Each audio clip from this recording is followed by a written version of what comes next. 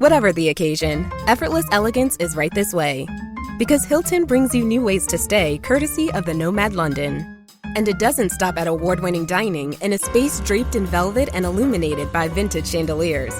No, this day goes beyond with unparalleled personalized service and attentive hospitality. Oh, and did we mention the Nomad London can be booked using your Hilton Honors points at Hilton.com? Hilton, for the stay.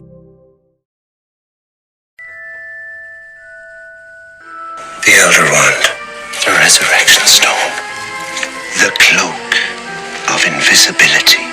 Together they make the Deathly Hallows.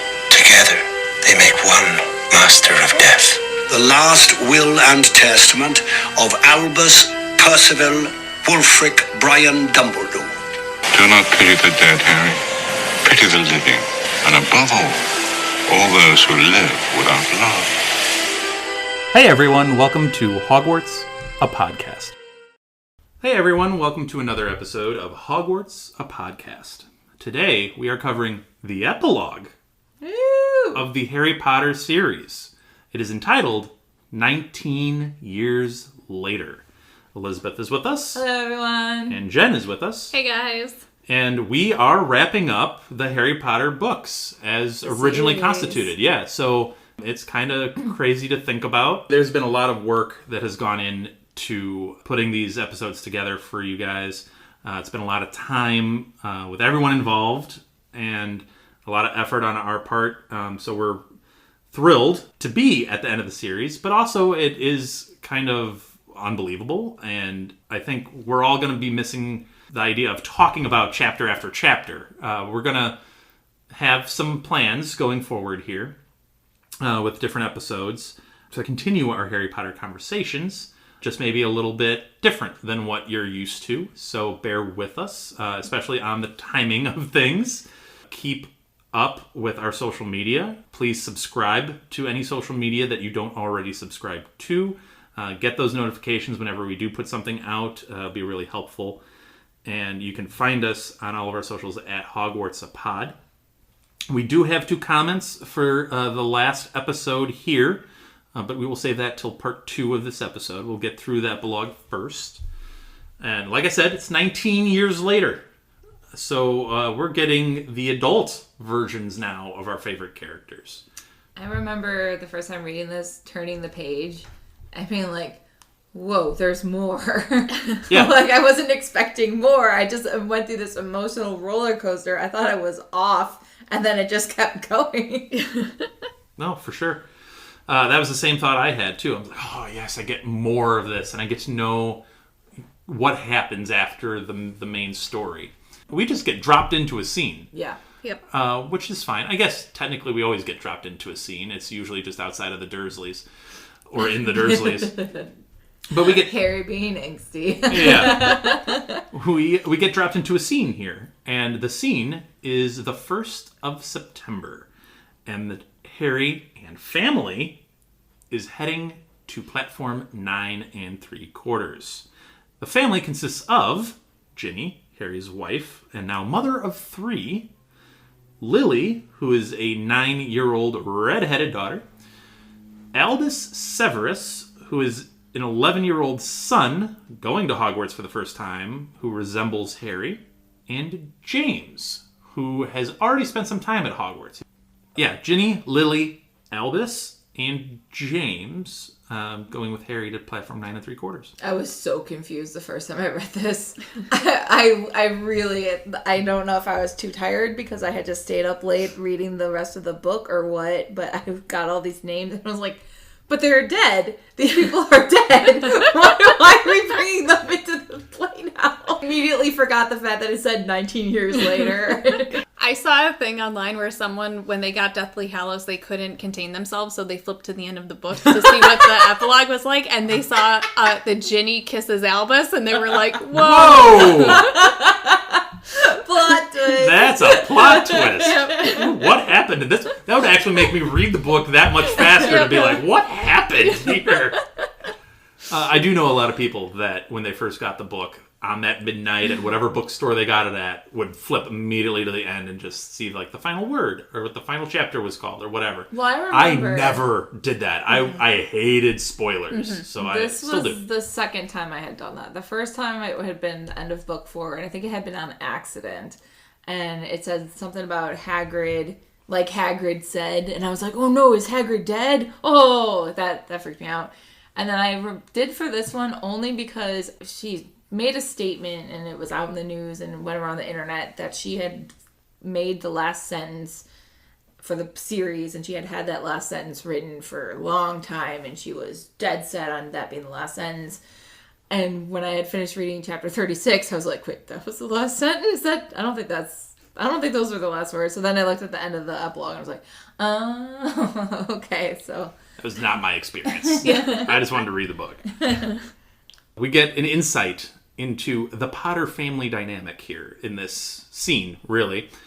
We get James teasing Albus about the possibility of getting sorted into Slytherin, because clearly, Elizabeth, Slytherin's the worst house and the most evil of which Obviously. you should avoid it at all costs. Let me just jump in right proactively and say yes. So it does actually mirror a little bit the scene of a person named James slandering the Slytherin house on platform 9 3/4. So, I mean, it is kind of like this is... And I wonder if Harry has that, because he saw that scene. And I wonder if Harry is like listening to this being like, can we not have this discussion? Because this is a little too, like, familiar for me. Which happens when you name all of your kids after people that are important in your life. Like father, like grandson. Yeah. My favorite thing about the Harry Potter series has been that across all generations, everyone hates Slytherins. Yep. But Albus wonders if his parents will write to him in a really sweet moment when James tries to board the train. And Ginny says to Albus that they will write to him every single day if he wants them to. And Albus is like, not every day. James says that apparently people get letters roughly once a month. Which, this is, I guess, a reminder that they're going to a boarding school. Yep. Like, they're going, like, away for long periods of time here. And they're away from their family and friends for a long period of time. And it's a young age to be going away for a long time. It is. You're right. Absolutely. It's a very formative age to be away from everybody. So, Ginny, however, is like, yeah, that once a month thing, we wrote to James like 3 times a week. So I can imagine Harry going overboard with letters just because he's like, I never got it, but it's really fun when an owl landed right on your plate, dropping a letter in your face. So I want to give my son that experience. Harry does say, don't believe everything that James tells you. Your brother likes a laugh. James seems to be following in his namesake's footsteps a little bit, being a little bit of a prankster. We do get a familiar name drop. Percy is loudly proclaiming about broomstick regulations on the platforms. Some things never change. And just to make Molly a part of this episode, because she needs to be, I am stunned that he's also not proclaiming about thick bottom cauldrons and those regulations, because they're very important to Percy, and I can't believe that they're not being included here. Maybe in the last 19 years he's actually passed regulations on that, so now it's moved on to broomsticks. Maybe. 4 people then join the Potter family on the platform. We get Ron, Hermione, and their children. We get Rose, who is 11 years old, and Hugo, who is Rose's younger brother. I like the whole, once again, following the theme of naming women after flowers. We've had Petunia, we've had Lily, now we have Rose. Yep. That theme is consistent. Apparently, Harry and Ron specifically drove themselves to platform 9 3/4 in their family. Ron says Hermione didn't think he could pass the Muggle driving test. Hermione's like, no, I had complete faith in you. And Ron is like, yeah, well, I couldn't. I definitely confronted the examiner. I definitely did that. Lily and Hugo debate which house they're going to be in. And Ron pipes in, if you're not in Gryffindor, we'll disinherit you. Solid fatherly advice. Hermione. No pressure. Yeah, what a terrible thing to tell these kids as they're going off to Hogwarts. I feel like Ron is kind of like, you know, like when, at least in American high school, when you're a freshman, you're like super, super nervous about everything. And by the time you get to a senior, you're like, I get this. I'm so, like, I know everything that's going on. I feel like Ron has that sense right now of like, oh, you guys are so nervous? Let me poke at you. Ron like, is giving you a little bit. Ron is giving peak crazy uncle vibes, except he's the dad. But also, I feel like they've been around Ron long enough to understand his sense of humor. You and can take a teasing. Kinda, yeah. That being said, Hermione and Ginny together are like, Ron! And then to their kids, he doesn't mean it. He's just being stupid. So Harry spots another interesting name in the crowd. He spots Draco Malfoy with his wife and son. He does have a son named Scorpius, who also happens to be 11 years old and resembles Draco very much. So now you got Scorpius, Rose, and Albus all going to school together. That's some timing for sure. I like how Draco catches their eye and he just kind of gives them this nod and looks away, and it's almost like, okay, I recognize we had bad blood. We're past that because we're adults, but like I'm still not going to come over and greet you with a hug and say hello. It definitely seems to be like a professional courtesy type thing. Yeah. I still hate it. Oh, why? Because I wanted it to go further. I don't need them to be besties. You wanted full bro hug. I didn't need... You wanted like full embrace. I didn't need them to be besties. I could have even accepted this as an outcome if there had ever been any sort of interaction. We see no interaction with Draco, with the trio, since prior to the Battle of Hogwarts. Mm-hmm. Right? Like, their last interaction is he runs away, I think. And Ron punches him. Right. In the face. So, like, it would have been, I wish from my little Slytherin heart that there would have been some sort of redemption arc for here, and this is another thing where it could have been, like, anything, but it's not. It never ends up being anything, and it just kills me every time. It does, to your point, it doesn't obviously show it here, but it does allude to there being some level of repairing being done to their relationship. You think so? I think it alludes to it. Tiny touch. I don't think it, to me, it doesn't imply anything. That they're at least courteous with each other, of just like acknowledgement. Because, I mean, if you don't like somebody, I'm not going to even acknowledge you. I'm not going to even do the head nod or the whatever. I mean, again, like we just talked about in the last chapter, his father is, I'm betting, still probably an Azkaban. Or honestly, if we're going real dark, Dead. Yeah. I mean, if he was in Azkaban, and I think they did away with the Dementor idea. I don't think they use Dementors anymore at Azkaban. Yeah. But he might be. I mean... nodding curtly to someone is just such a low bar for having any sort of interaction. I mean, he could have even done that involuntarily. Like, it's not a...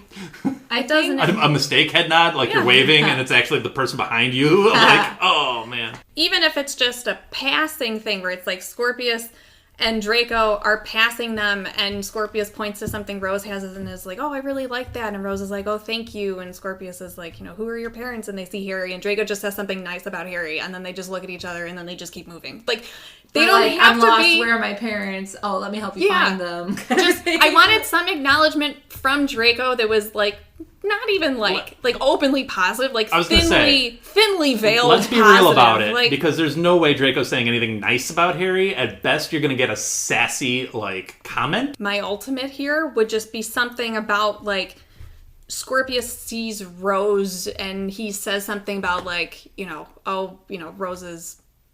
Rose would be a good friend. Like, not even about Harry, but just about some acknowledgement that he is open for, like, Scorpius to befriend, like, he doesn't have a problem with Scorpius befriending Rose. Like, just anything. Well, it's funny we're talking so much about Rose and Scorpius, when Ron specifically tells Rose to beat him in every single test. Yeah, Ron's not being innocent here. And says, thank God you inherited your mother's brains. And Hermione's like, oh, for heaven's sake. Like, could you stop? Like, it's half stern and half amused. But then Ron continues with, Granddad Weasley would never forgive you for marrying a pureblood. I'm sure that's where Rose is like, can I just get on the train already and get out of here? Dad, you're so embarrassing. So James reappears with some news, and it is some news. Teddy Lupin was snogging Victoire, our cousin. So that tells us that Teddy is obviously Tonks and Lupin's son, and he would be 19 because this is 19 years later after they had Teddy at the end of this book. Right, so he's not going to Hogwarts. He's not going to Hogwarts. Victoire, however, is the daughter of Bill and Fleur. And she, I'm guessing, would be about 16, 17? Probably. I think she was actually born on the anniversary of the Battle of Hogwarts, if I'm not mistaken. But yeah, obviously daughter of the Bill and Fleur, that's where you get that little like French flourish to her name. And I'm sure some of Fleur's genes have passed down to her. I'm sure. Well, Also, to go back to your point of all the women being named after flowers, did we talk about that? Fleur is another one. Oh yeah. Literally flower. Yeah. Yeah, I'm sure, because Bill was a good-looking guy, too, so I'm sure she inherited some great looks. And Teddy can just change his looks whenever he wants, so that's helpful, too. I forgot about that. Yeah. Do you like me with a beard, without a beard? I can do whatever you want. Blonde, brunette, redhead, whatever we're going with. Ginny cuts James off and was like, you interrupted them? You are so like Ron. And Lily chirps in with, wouldn't it be lovely if they got married? Teddy would really be part of the family. And Harry Sass comes in with, he already joins us for dinner like 4 times a week. Why don't we just invite him to live with us? And this is where you get a little insight to James's character. He's like, yeah, I could room with Al, and Teddy could have my room. He's willing to room with his younger brother just to give Teddy a room. It's interesting that James would say that, and then it's also a testament to, I guess, who Teddy is and how cool of an individual that he is, that they're like, yeah, like, can we have him over more? Maybe age difference, too. And Harry's just like, your brother, same room? No. Not happening. I want my house in one piece. Yes. Ginny tells James to give Neville their love. And James is like, Mom, I can't give a professor love. Neville is now the herbology professor at Hogwarts. I love that. It would be cool if took over the headmaster's spot one day. Wouldn't that be like a really cool thing? That would be awesome. That would be a really awesome part. He would be good at it, I think he would be. Yeah, so we learned some cool facts about Neville, which is really awesome. James leaves the scene by teasing Al about thestrals. And Harry reassures Al that thestrals are nothing to worry about. They're just gentle things. And invisible. You guys won't be able to see them. That is true. We get the pivotal scene of Al's goodbye here. We get what Jenn alluded to earlier with Ginny kisses Albus goodbye. And says, see you at Christmas. Again, illustrating that this is a boarding school and he's going away for a while. Harry reminds Albus, don't forget Hagrid has invited you to tea next Friday. Also, don't mess with Peeves. Also, don't duel anyone until you've learned how. Also, don't let James wind you up. What a dad. What a dad move. I like the duel one, especially because it's like, yeah, I made that mistake. Well, okay, so I like that Hagrid is obviously still present. I don't know if he's still teaching or not, but it's great that he's still present. Mm-hmm. And don't mess with Peeves is, I feel like, a running constant.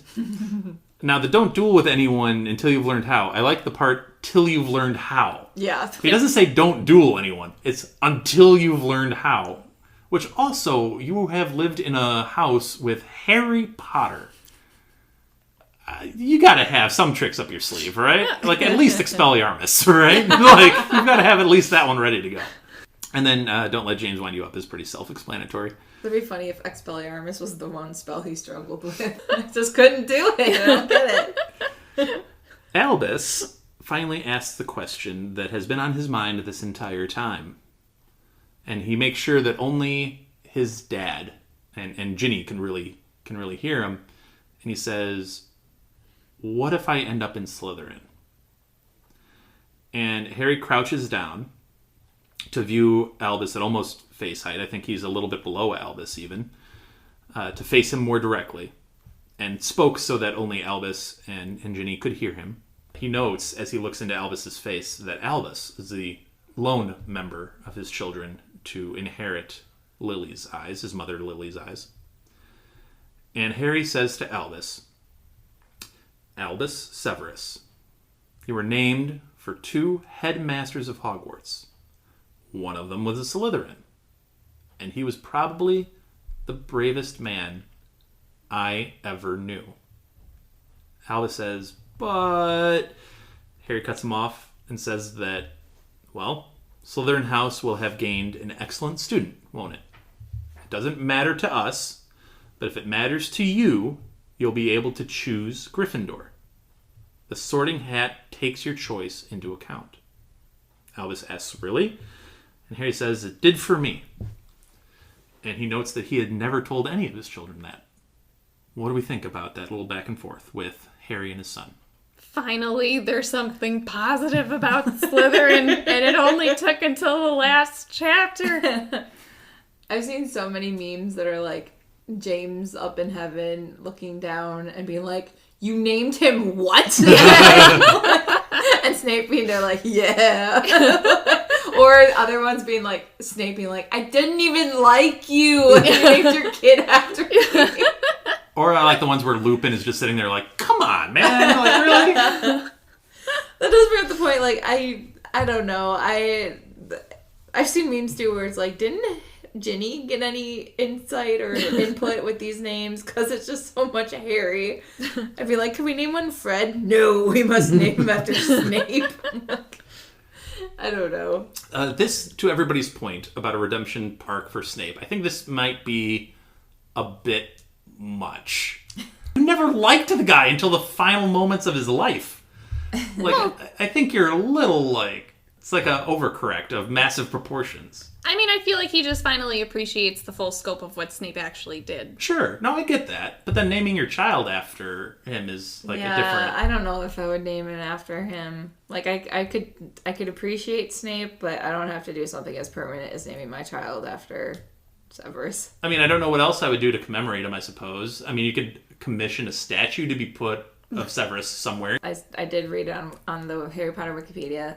It said that he made sure Snape got his portrait hung in the headmaster's office. Yes. Mm-hmm. I think that would be a perfect way of making sure, like, he's honored. I make his story known. Maybe you don't say the whole Lily part because he was about that.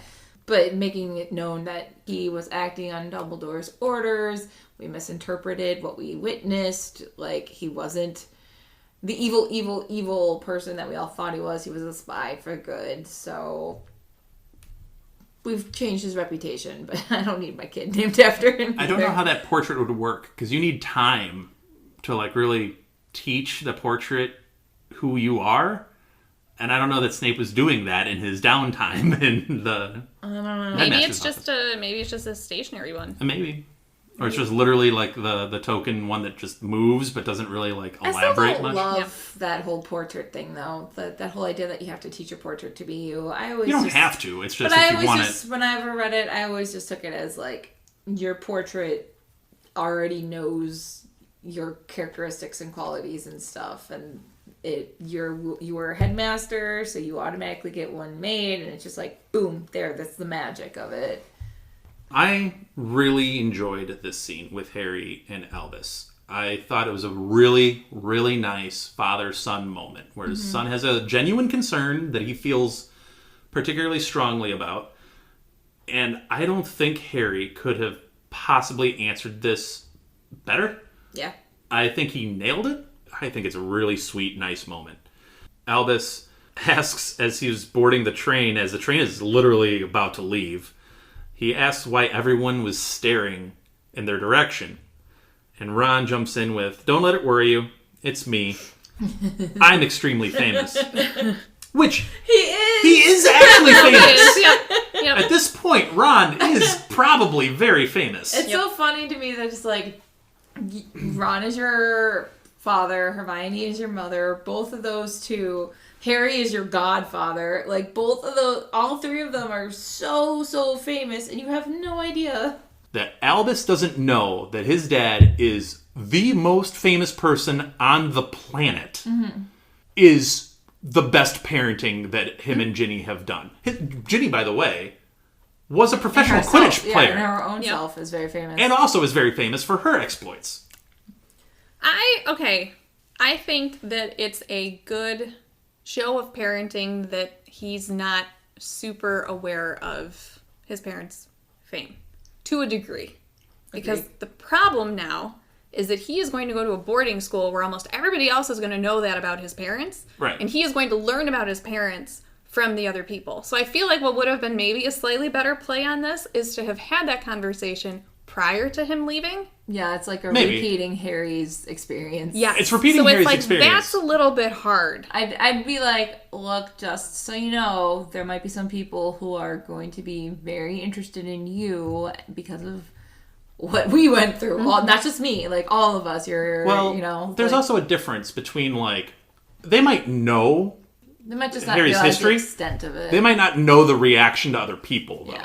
Yeah. They might have shielded the kids from all of that attention. And I'm sure to a degree too, like being out in the Wizarding world, I'm sure Harry has gotten attention before. I'm sure they've gone to like Diagon Alley and bought stuff and dragged the kids along with them. It's like celebrities. I think they're aware of the accomplishments of their parents. I just think they were sheltered from the celebrity of it. Of just like, oh my god, these people are like... They think you are a god in some senses.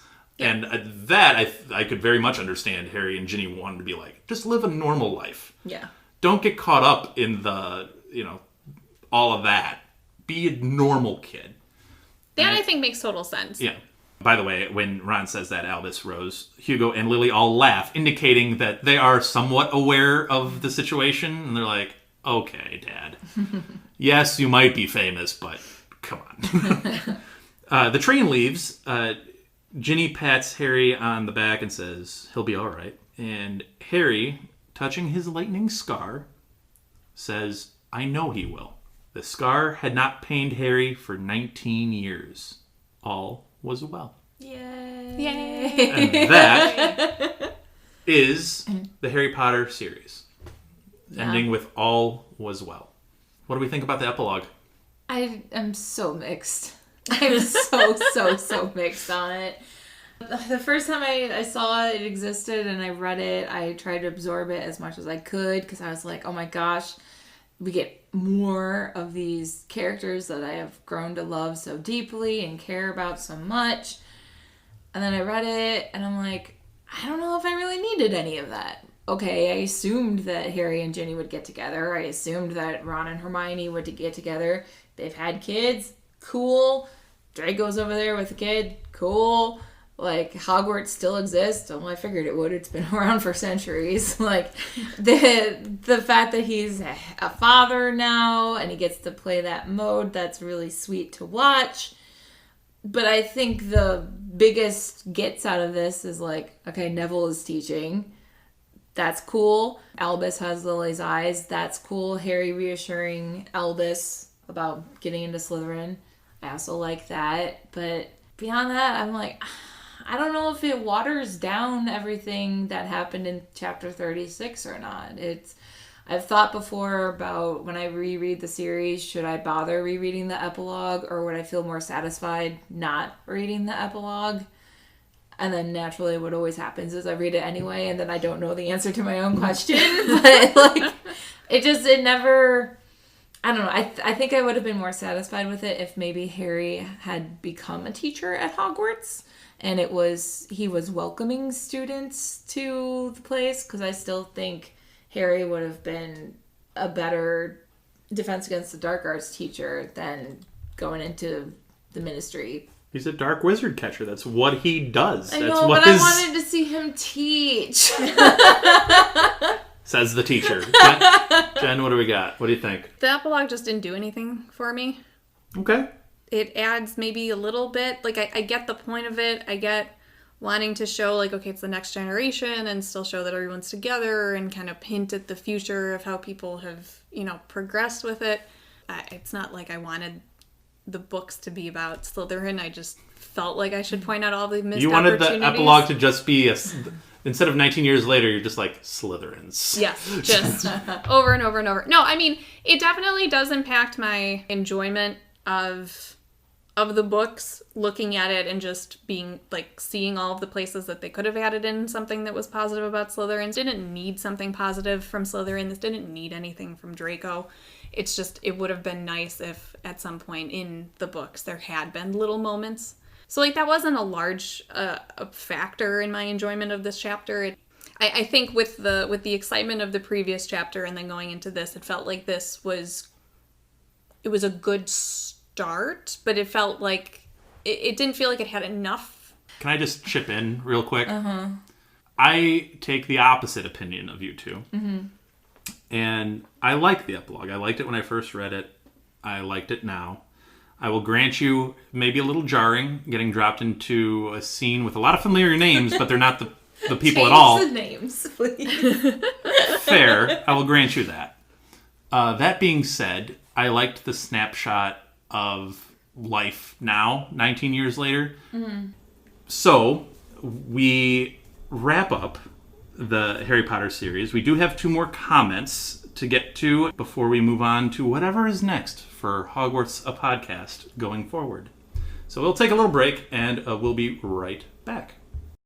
Before we get to our break sound, I'd like to acknowledge our friend Andy, who helps us produce our intros and our break sounds. If you want to hear more of Andy's work and like Formula One racing, check out the Outlap F1 podcast. It's your one-stop shop for Formula One news, insights, race previews, and reviews. You can find them wherever you listen to podcasts, and they even have a YouTube page. So check out Andy, Cody, John, James, and Deanna, and join them on the Outlap. This episode is brought to you by Nespresso and Samra Origins by the Weekend Coffee Collection. Introducing Samra Origins. My collaboration with Nespresso is a connection to my roots, to my mother, Samra. Coffee that hits the right notes. It transports you. Crafted with unique notes and bold, soaring flavors. Experience a taste that moves you. Nespresso and Samra Origins. Discover more at Nespresso.com. Dobby has no master. Dobby is a free elf. All right, so we are back with part 2 of the epilogue. And we have a couple of comments that we want to just talk about. Now that we're at the end of the series, we have a little bit more flexibility and we can talk about everything. Spoilers. Yep. So That's the spoiler. There's no spoilers. Yep.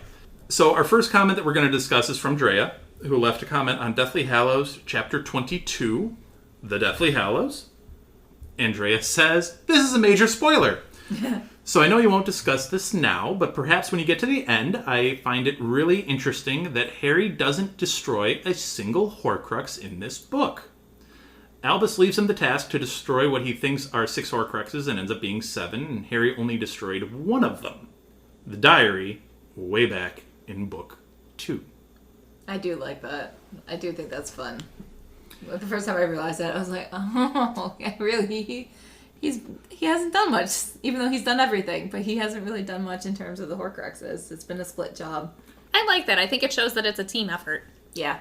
Yes. I think it's very indicative of a team effort, and they do acknowledge it at some point in the book, at least not that he hasn't destroyed one, but like, hey, let Ron have one. And I think Ron says when Hermione destroyed the cup, like, she hasn't had the pleasure yet, so let Hermione do it. And it's a direct contrast to Voldemort, who is like, this is a solo mission, and I alone can do this. Exactly. So I like it a lot. Yeah, so I like the idea. I also like the different ways in which they were all destroyed. Mm-hmm. I think they're all really interesting ways of doing it. The diary, obviously Dumbledore and the ring. They all have their own interesting little stories. Maybe except not the cup. I think we see probably the least with the cup, probably. Yeah. Do you guys have a favorite either Horcrux that got destroyed or means of destruction? That's a good question. So is yours, Drea. Your comment was great. I think I really like the diary. Mm-hmm. And I also liked how he destroyed it directly with the basilisk fang into the diary, because it's a pretty good visual. B, I like that it's just like the ink started spurting out everywhere. Like and blood. For some reason, I just found that really funny. And I also just like, it's a very unconventional, like, I'm just going to take this fang and like stick it in a book. So it seemed to me also one of the more eventful Horcruxes. It was like the closest to actually succeeding and taking over somebody. Yes. Probably the locket would be the next one. Yeah, and there was a whole apparition of Riddle that he had to deal with. So it was very, very dramatic and over the top. So I think the diary was my favorite. I think the diary gets a lot of love because it was the entire plot point, really, of book 2. So it got a lot of run. Mm-hmm. That being said, I think I might also have to go with the diary, even though I just said it's a little biased towards the diary being the answer here. But I'm going to go different reasoning than Jen. I like it because I remember when we were doing the episode where the whole thing gets revealed and it's I am Lord Voldemort and the whole bit. I remember that Tom Riddle speech, that apparition of Tom Riddle. I was enthralled by it, like just reading it again. I'm like, this character has such a way about him and such a way with words that you almost kind of get lost in it. And you're like, I kind of want to listen to him talk more. And it was just a cool vibe to reread and re-experience. My favorite thing about the diary and that whole I am Lord Voldemort, like rearranging his name, is that in order to make it work in French, so he had to say Je suis Lord Voldemort, so they had to make his middle name Elvis. I had seen that. I would like that. I like the diary a lot. I like that it's so active in sucking him in, especially with writing to the diary and the diary writing back and showing him memories and stuff. It definitely felt a bit of his soul. That said, I think I like the locket the most, mostly because it's Harry watching it corrupt somebody else and seeing what damage it's doing and having that moment where Ron almost has like a flash of red in his eyes and he for a second fears that he might come after him with the sword.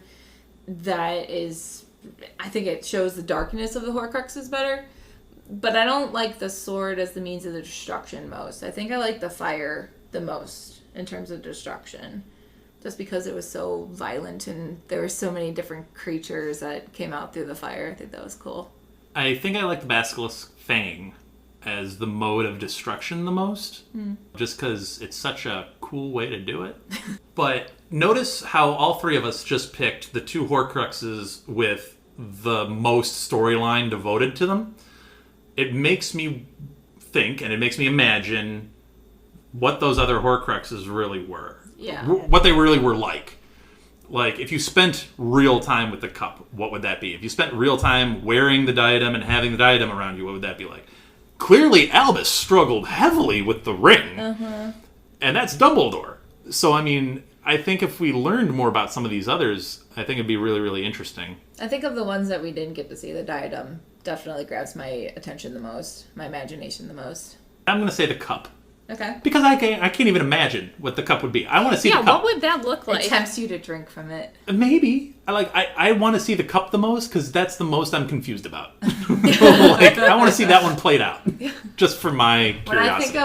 When I think of like cups in fantasy and stuff, I think of Indiana Jones with a cup like that you're supposed to drink out of for the eternal life. And it's like he chose poorly. It's like, yeah, maybe it would fill with liquid and tempt people or something, or make you think if you drink this liquid, it's like a potion. Maybe it's like the liquid luck or something, but it goes bad. But see, like, it's fun to imagine what it could be. Sure. So we have another comment to get to. Thank you, Drea, for the comment. Yes, it was spoilery, and yes, I've been holding on to that one for a little while, but thank you. The other comment comes from Isla, who left a comment on Deathly Hallows Chapter 25, Shell Cottage. And the comment is, big fan of the podcast here. I've been seeing an old theory lately about the Deathly Hallows, and I'm wondering what your thoughts are on it. Dumbledore is in some way, shape, or form, death from the tale of the 3 brothers. Voldy is the eldest brother because of his death due to losing the Elder Wand. Snape is the middle brother because of losing his love. And Harry is the youngest brother because of the cloak. This is very interesting, and I'd love your thoughts. Thank you for the comment. I did look into it, that theory. J.K. Rowling said it was never actually confirmed, but she said it was a beautiful theory that fits, and it was like her favorite fan theory. The idea of Dumbledore being death because he always guides the situation, he manipulates the factors to arrange themselves in a way that would result in deaths. Like, he influenced the destinies of Voldemort, of Snape, of Harry. Like, of everybody. Of everybody. Like, I mean, it's supported by how he approached Harry in that limbo of the King's Cross. Like, if he's supposed to be, if not death himself, a representative of death, but I like the idea of him being similar to the Grim Reaper. If he's not there to kill you, he's there to greet you like an old friend, just like the tale said, and just take you on to the other side so that you're not walking toward your death alone. There's been some criticism against the theory, too. They said how, well, Dumbledore interacted with each Hallow, but he could only master the Elder Wand. So if he had been death, he would have been able to master the other two. Or the fact that he was killed, although he did choose the means of his passing, so you could argue one way or the other for that. Or just the fact that he was incredibly intelligent. They're like, well, if he was death, if his intelligence is not because he's death, it's just because he was smart. Reddit seemed to think he's more similar to Cadmus because he was always chasing the dead and he felt betrayed by the stone when he tries on the ring. So if you want to say that he's similar to death, it's just, well, he's the resurrection stone aspect of death, not necessarily the other two. That's what the internet said on the theory. What do you think of the theory? I like it. I think death being Dumbledore, at least in the King's Cross chapter, I can really get behind and I really like. In terms of in his own life, I don't think he was death just playing Harry and Snape and Voldemort by strings like puppets. I think he was just trying to arrange things with as much foresight as he could to get the best outcome. Like, he was the master chess player. I don't think he was necessarily death behind the scenes. But I do like him as being the representative of death in King's Cross. I think that worked really, really well. I think it's a really clever theory. I know it wasn't J.K.'s intention when she wrote it that way, but I definitely think that there are parallels between all of them. I can see Dumbledore as death with it, just like what you said with it being King's Cross. Voldemort definitely had his downfall due to the Elder Wand. Snape has spent most of his life chasing Lily, or his memory of Lily, and then Harry, of all of these, I feel Harry is the most fitting for being the youngest brother because of the cloak. Not only because the cloak is actually a possession that has been passed down to him, but because he, of all of them, I think he's not trying to use his Hallow for something negative or destructive. He died when he was ready for death. I don't know. And that is such he pulled a lot of pranks under that cloak. Yeah, but it's such a death is tricky and funny sometimes. It's such a where it's he chooses when to die and then death greets him like an old friend and they walk off together and that so that feels very much like Harry to me. Yeah. You know what? I think actually I'm going to surprise everyone and say that you two covered it pretty extensively. Oh, just in time for the end. Yep. No, I think you guys did a really good job. I've only waited 7 books for this moment. I've agreed with you both in the past. Stop. No, I think you guys covered it really, really well. Does death actually exist as an entity in this world? Because we've debated the origin of the Hallows and and Dumbledore even questioned the origin of the Hallows, and he was like, hey, the Peverils were just really talented wizards, like that's a possibility. So it kind of goes back to that, but I love a good fan theory and I love discussing them and I love debating them, so thank you, Isla, for the comment. And with that, we do wrap up the epilogue. We wrap up the Harry Potter series, all 7 books of them. And it's, like I said at the beginning, it's kind of hard to believe. Maybe down the road, we revisit them again and see if some years have put a different perspective on us. Because I know for sure, reading these books, as I've gotten older, it has put a drastic new spin on a lot of the chapters, a lot of the interactions of the characters. And that honestly stunned me. I was not expecting to read some of these things so drastically differently than I did when I was younger. I thought it was a very cut and dry thing. I thought it was a very by the book series. And then as I got into it with more of an understanding of what it is to be alive and what it is to be an adult and have tragedy and some sadness be entered into my life, and seeing these characters go through a lot of that has put a lot of perspective on it. And I'm surprised at some of the stuff that she had buried in these books that I read, and I was like, oh my goodness, this is a lot of depth to it, and this is book 2. The kid is 12, and there's a lot of depth here. I didn't expect that. I think that's still the magic of Harry Potter, really. It's that you can take something new from it every time that you read it. I think so. I think very much that is the truth. And, maybe we do come back sometime from now and maybe redo it again and see if we still have the same thoughts or we have even different opinions and we look at some things differently than we even did now.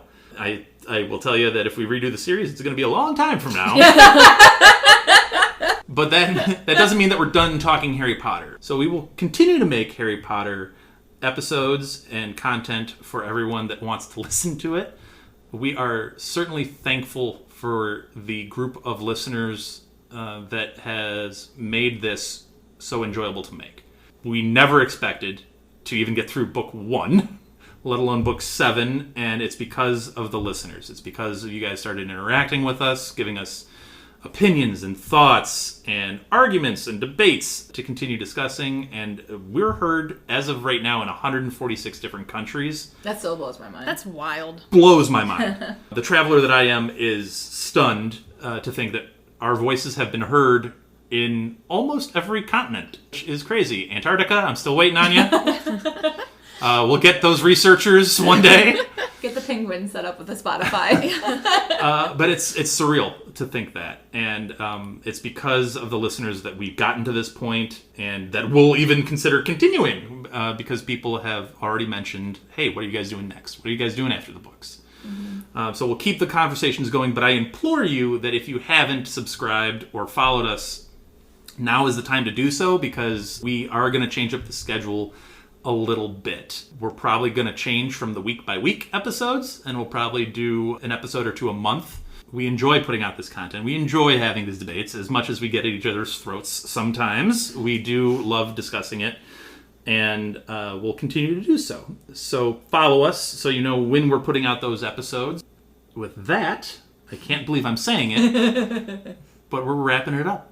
So we will be back with a new episode. It's probably going to be Cursed Child, because that comes next in this line. So look out for that, and we'll keep talking Harry Potter. Thanks for listening, everybody. Thank you for listening to Hogwarts, a podcast. If you like what you've heard, please click the subscribe button on your preferred podcasting app and follow us on Twitter and Instagram at Hogwarts a Pod.